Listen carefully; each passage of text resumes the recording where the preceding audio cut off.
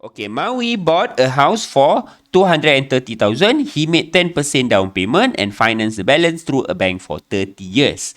Okay, dekat sini keadaan dia adalah cash price adalah loan ataupun AN tambah down payment. Boleh Okay, jadi cash price ni berapa tadi? 230,000. 230,000 sama dengan loan tak tahu. Itu yang kena cari sebenarnya. Okay, down payment dia adalah apa? Down payment dia adalah 10% from the cash price, iaitu 23,000. 23,000. Okay, mungkin saya conteng dekat sini kot. Kat sini 10%. Kat situ. Sebab bawah nak kira. Okey, jadi AN kita jumlahnya berapa? Tolakkan je lah 230,000.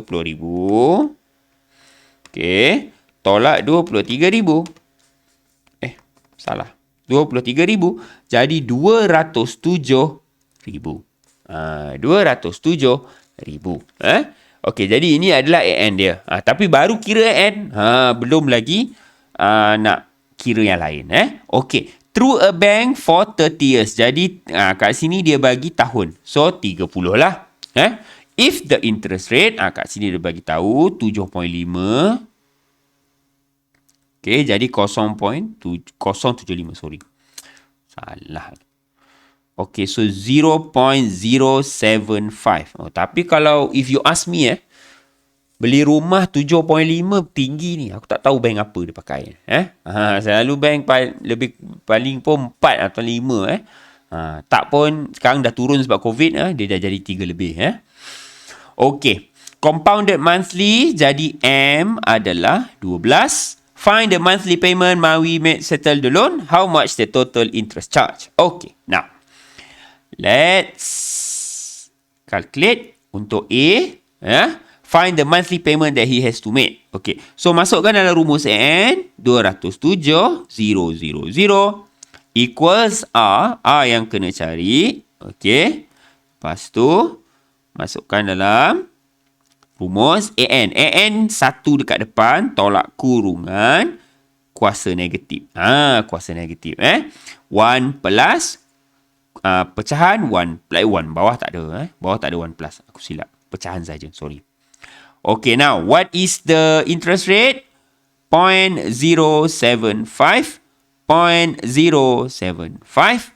M dia berapa? M dia 12 sebab dia bayar monthly. Okay. How about the N? Berapa kali bayar? Berapa kali bayar? Okay. T multiply by M, kita dapat 360. 360. Boleh okay, so tolong kirakan berapa? R kita? 1447.37. Thank you, sayang. Okay, so itulah amount dia punya R. Okay, now, let's aku zoom takut kecil sangat pula. Lepas tu, tak nampak. Okay. Suppose Maui miss the first 3 payment. Dia lah bayar. Dah lah baru je pinjam. Lepas tu dah miss 3 payment. Okay. How much should he pay on the 4th month if he want to settle the outstanding arrears? Okay. Now, kalau kata miss payment, automatic cerita pasal SN. Cerita pasal SN. Maksudnya dia mengumpul ketidakbayaran dia. Bukanlah dia simpan duit tu. Okay. Dia mengumpul interest pada bayaran yang dia lewat. Okey. Berapa kali? Dia miss 3 kali. Tapi bila dah miss 3 kali, dia bayar bila? Dia bayar pada bulan yang ke-4. So, N kita ambil yang paling banyak 4. Dia tambah 1. Jadi, N dia adalah 4. Okey, so, dia punya miss payment adalah miss payment. Miss payment for N4. For N4 adalah apa? R dia SN lah sebenarnya, tapi aku buat ayat. Okey, 144737. Masukkan dalam kurungan. Kalau SN dia terbalik lah. Kurungan kuasa tolak 1. So, 1 plus pecahan. Okey. Soalan tak bagi tahu dia punya interest rate berubah. Jadi, pakai yang lama iaitu dari atas ni. Dia punya M semua pun kau tiru. Cuma N. M12 tu tiru. N tu tak sama. N tu tadi dah cakap tadi berapa kali dia miss payment? 4 kan? So, letak 4 kat sini. Kau jangan tiru 360 kat sini. Salah. Tapi kadang-kadang ada juga soalan dia akan cakap, miss payment dia punya rate berubah. Boleh. Kalau kad kredit, dia selalu macam tu. Kalau kau lambat bayar, kau kena lebihkan interest dia. 75.075. M dia 12. M dia 12. Okay. Now, what is the amount? What is the amount outstanding? Sebenarnya, lagi perkataan lagi satu, yang lebih ni adalah outstanding payment. Outstanding amount. Outstanding amount sahaja. Okey, boleh. Berapa jumlahnya? Tolong. 5843.98. 98 kalau ada jumpa bank yang pedajal, dia bundakan je RM4. Untung dia 2 sen. Seorang dapat 2 sen, 10 dapat 20 sen, 100 dapat RM2. Tapi dia punya tu juta-juta. So, berapa dia dapat? Okey. Sudah settle outstanding amount. Okey. Lepas tu, mari kita tengok dekat C. Okey, dekat sini Immediately after paying for 10 years, Mawi wants to settle the loan in full. Settle the loan in full. Apakah maksud settle the loan in full? Settle the loan in full bermaksud dia nak AN. Kenapa? Sebab meh kita buat timeline baru kita faham. Dia dah bayar berapa tahun? 10 tahun. Okey. Tadi kita tahu dia pinjam selama berapa tahun? 30 tahun. Betul Asalnya 30 tahun. Betul? 30 ke 20? Okey, betul. Okey. Lepas tu, daripada Assalamualaikum sampai sudah, tapi dia ada miss payment tadi kan kat sini kan? Dia ada miss payment kan? Tapi tak apalah. Okey. Dia dah bayar berapa tahun dia bayar? 10 tahun Okey, 10 tahun, sorry. So, T kat sini sudah 10. Okey, boleh 10.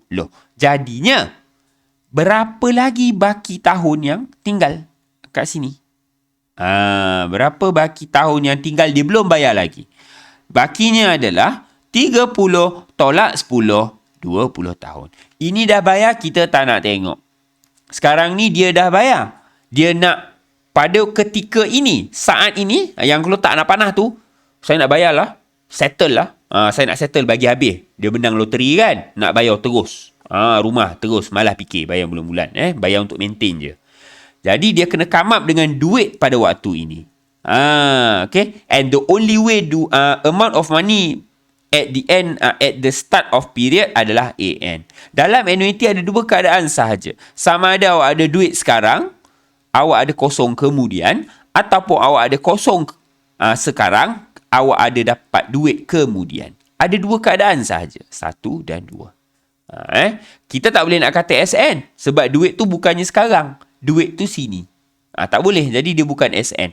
Jadi the only possible way untuk kita masukkan adalah keadaan AN.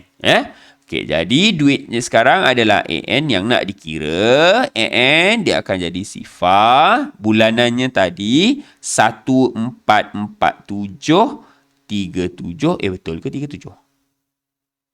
Betul. 144737. Okey. Lepas tu lupa dah aku nak buat apa. Yalah. Okey. M-nya berapa tadi? 75. J dia 075. M dia adalah 12. 12. Okey. Sudah cukup. Semuanya dah cukup. Kita boleh masukkan dalam rumus. Boleh masukkan dalam rumus. So, AN equals 144,737. Okay. Lepas tu pecahan yang besar nak mampus. Okay. And then 1 tolak. This one. Kuasa negatif. Pecahan 1 plus pecahan juga. Okay. Let's insert the formula. J075.075. The M is 12. Okay. What else? N. N adalah M darab T. M darab T. Jadi 240. 240. Boleh Okey, so tolong kirakan untuk saya berapa jumlahnya di sini. 179,665.12. Okey, thank you sayang. Okey, sekarang ni ini adalah jumlah yang dia bayar pada masa itu. Pada masa sekarang untuk settle rumah tu dia dapat terus boleh tukar nama. Okey, sekarang ni what's the next repeat? Betul lah tu. Sekarang ni saya nak tunjuk sekadar perbandingan Dia tak tanya dekat soalan sekadar perbandingan Kalau dia tak nak bayar sekarang, yang 179 tu dia tak nak bayar, dia nak bayar macam biasa sampai sudah. Sampai sudah. 20 tahun tu dia bayar sampai sudah. Kita nak kira berapa Okey, senang sahaja jumlah dia. Jumlah if not early settlement.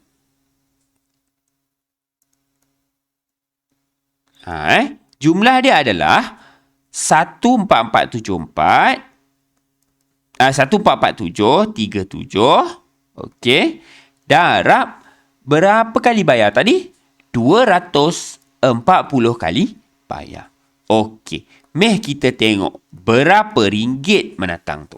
Okey, dia adalah RM347,368.80. Tapi ini tak tanya dalam soalan tau. Sekadar perbandingan nak tunjuk kat awak. Kenapa orang selalu buat early settlement? Kalau dia tak buat early settlement, bayar macam biasa. Yang ni saya buat dalam kurungan lah.